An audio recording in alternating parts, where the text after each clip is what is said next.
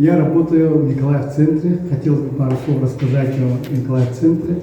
Это библиотека архив первого президента, который был создан по образу и подобию Ельцин-центра в 2002 году.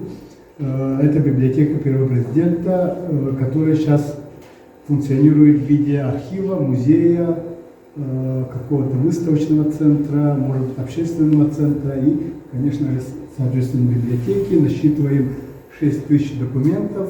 Вы сейчас... Среди вас есть библиотекари, да?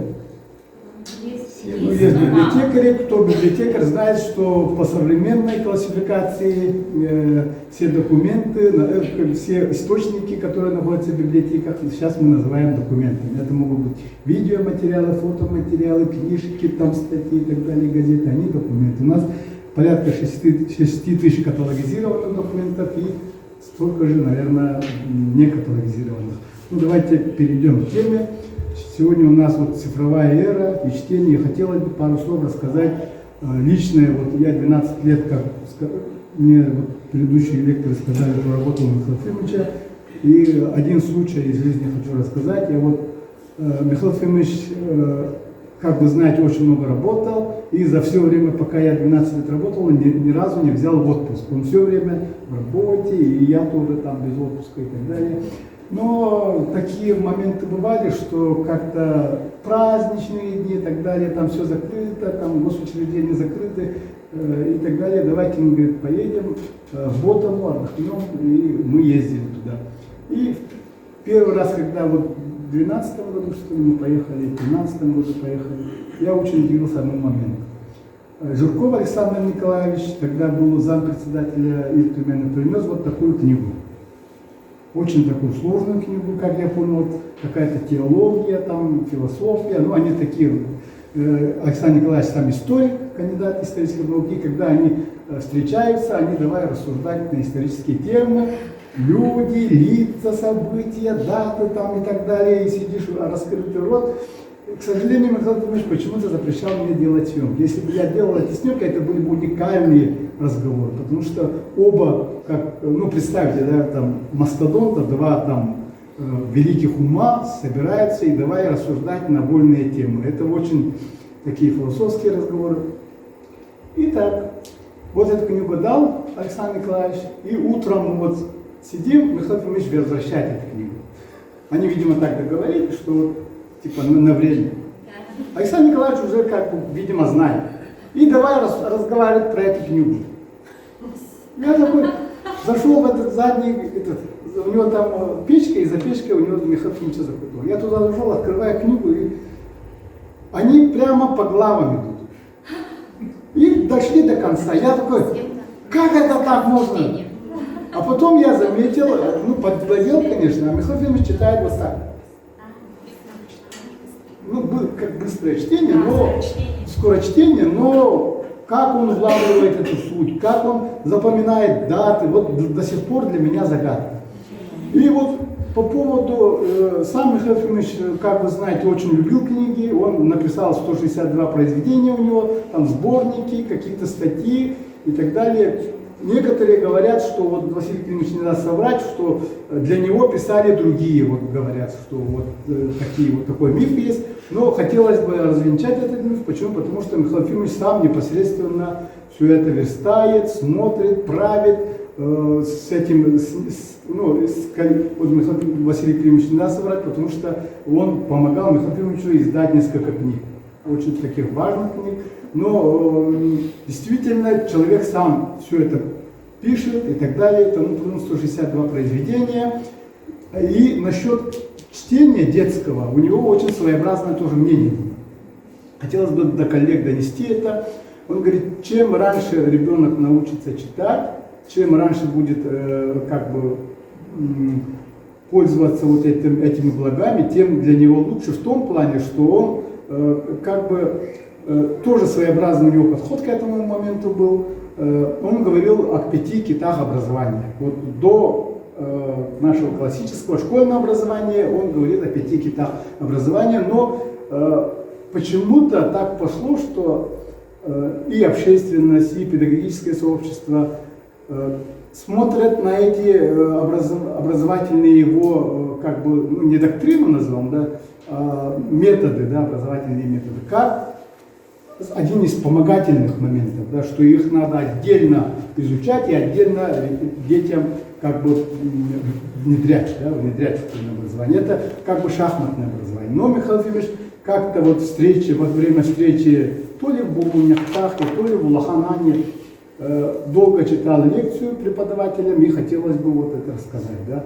Он говорит, вот шахматное образование. Шахматное образование, он говорит, это не обучение детям вот так ходить А2, там Б2, там слон так ходит. Нет, говорит, шахматное образование это язык алгоритмов, язык цифр, язык логики. Вот языки, если мы изучаем, он говорит, чем больше языков ребенок будет знать, тем больше нейронных связей у него будут в мозгу образовываться, и тем сильнее это будут связи. То есть мы запомнили, да? Дети не только должны читать, вот, жили-были старик со старухой, да? А должны в это время уже прочитать жили-были старик со старухой, один старик, одна старуха, да? И так далее. Вот такие моменты, то есть логика, алгоритм, это язык, он образно говорит язык обучения шахматам. Вот это запомнили, да? То есть мы должны детям, когда что-то читают, они должны воспринимать еще языки цифр. То есть, когда мы читаем текст, мы туда уже цифры автоматически ребенок должен туда вплетать. То есть воспринимать не только вот как бы слова, но и образы, получается. Это он говорит, это шахматное образование. Второе, это музыкальное образование.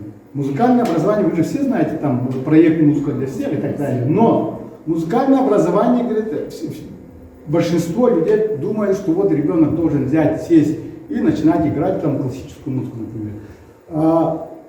Он смотрит на это очень своеобразно. Да? Музыкальное образование это язык искусства, это язык высоких материй, язык каких-то вот гармоний.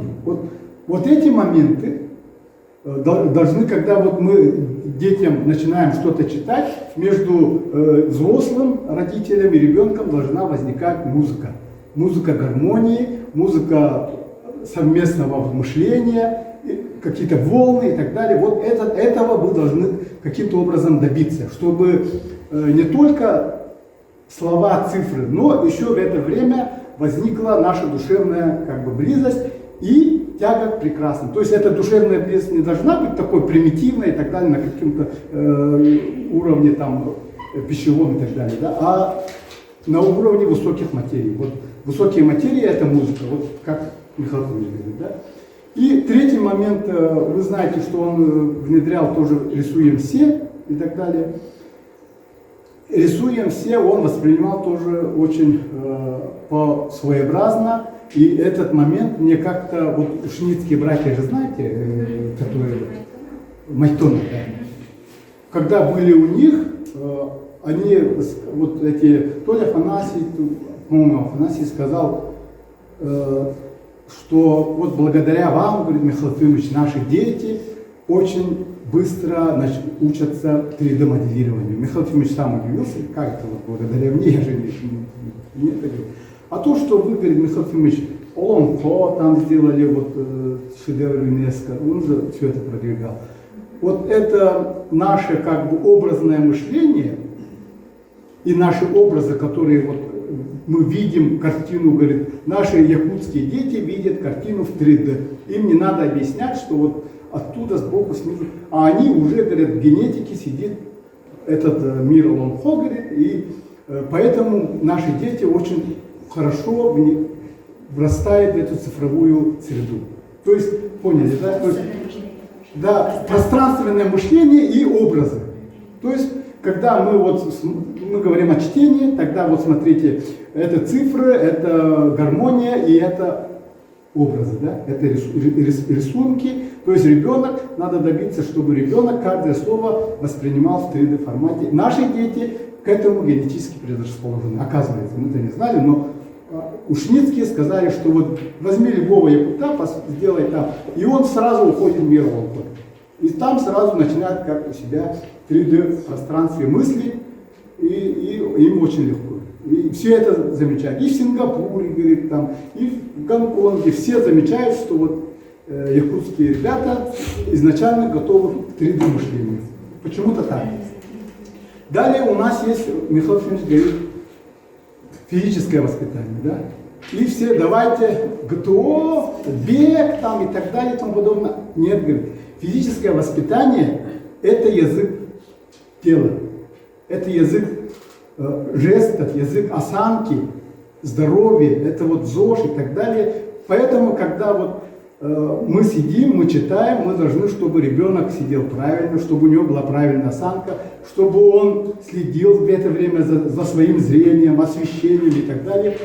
Вот этот момент тоже надо ребенку привить. Почему? Потому что если мы привьем это ребенку с самого детства, я вот для своего сына провел этот эксперимент, и действительно это работает.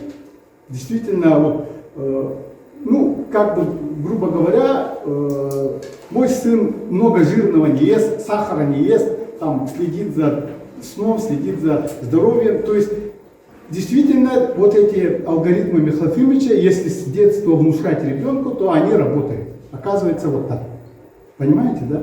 Вот мы поэтому должны, вот, когда, вот, ну, хотя бы это вот те, которые вот здесь собрались, внедрить вот эти мысли Михаила Ефимовича, хотя бы это для наших своих детей или там для нашей аудитории, где мы будем там посетители наших библиотек и так далее, то это будет очень большое дело, потому что по своему влиянию, по своему значению, наверное, мало кто будет соперничать с Михаилом Ефимовичем, ну хотя бы, по крайней мере, в Республике Саха. Да? И пятый элемент – это иностранные языки. Вот Василий Климович очень наглядно сказал, Ленин читал на 7 языках, Михаил Ефимович, к сожалению, наверное, не знал иностранный язык, да?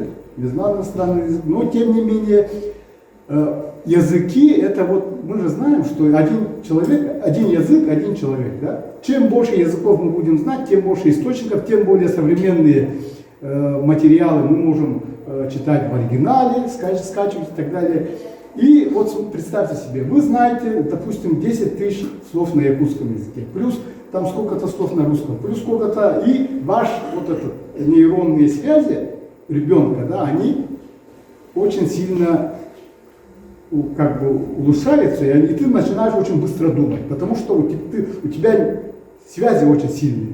Ты можешь там на нескольких языках одновременно думать, получается. Да? И поэтому хотелось бы хотя бы здесь призвать, чтобы мы знали свой родной язык. Вы знаете, Михаил Ефимович объявил День якутского, День родных языков, якутский язык. Английский язык объявил государственным языком. Русский язык, само собой, да, это язык Пушкина, мы должны знать этот язык. Ну и плюс хоть какой-нибудь там азиатский язык, да. И вот в завершении темы хотелось бы все-таки о значении Михаила Ефимовича, вот мы, знаете, вот похоронили в этом недавно, да, и значение Михаила Ефимовича для республики, ну, вы знаете, наверное, да, вот сначала он создали эволюцию, сделали, очень хорошую эволюцию сделали, это мы, наверное, потом оценим. И СССР сделали Якутское Саха СССР, то есть автономию очень деликатно убрали. То есть мы не перешли с автономии сразу на суверенитет, мы перешли эволюционно. С автономии Союзная Республика, то есть статус Союзной Республики взяли, и дальше стали Республикой Саха-Якутия суверенным государством. Да? И одно из значений Михаила Ефимовича в том, что он каким-то, ну не каким-то, а вот целенаправленно, наверное, не прервал связь поколений. То есть изначально мы не можем сказать сейчас, что наша молодежь не связана с нашей как бы историей. В 90-е годы, благодаря вот его соратникам, его трудам и так далее, мы имеем очень прочный фундамент, очень хорошую связь будущего между прошлым и будущим. Это раз, это вот прямая линия. Да?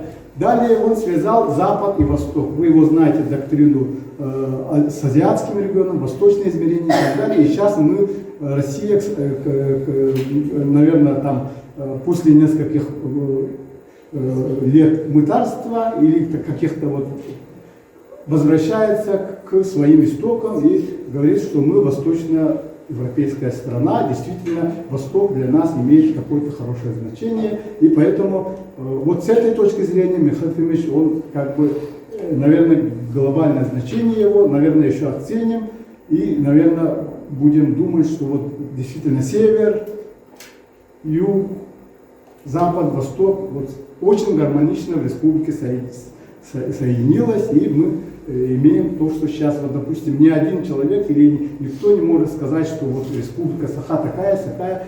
Мы являемся действительно очень мощным, очень надежным форпостом России на севере. Да? И получается, если так образно посмотреть, то республика Саха, находясь на севере, соединяет и юг, и север, и восток, и запад. То есть мы действительно исполнили свою историческую миссию по укреплению Российской Федерации. И это очень мудро, это очень хорошо. И вот такие движения, как первые и так далее, вот можно сказать, это какой-то аналогии сразу с ЛКСМ, с октябрятами, пионерами и так далее. Но это действительно важные моменты, и очень рад, что вот действительно можем собираться, обмениваться мнениями и на эту очень важную тему, как чтение, которое сейчас приобретает новую актуальность. Будем, наверное, какие-то важные вопросы для себя решать. Будет какая-то резолюция, наверное, да, наша? И вот желаю всем успехов. Спасибо большое.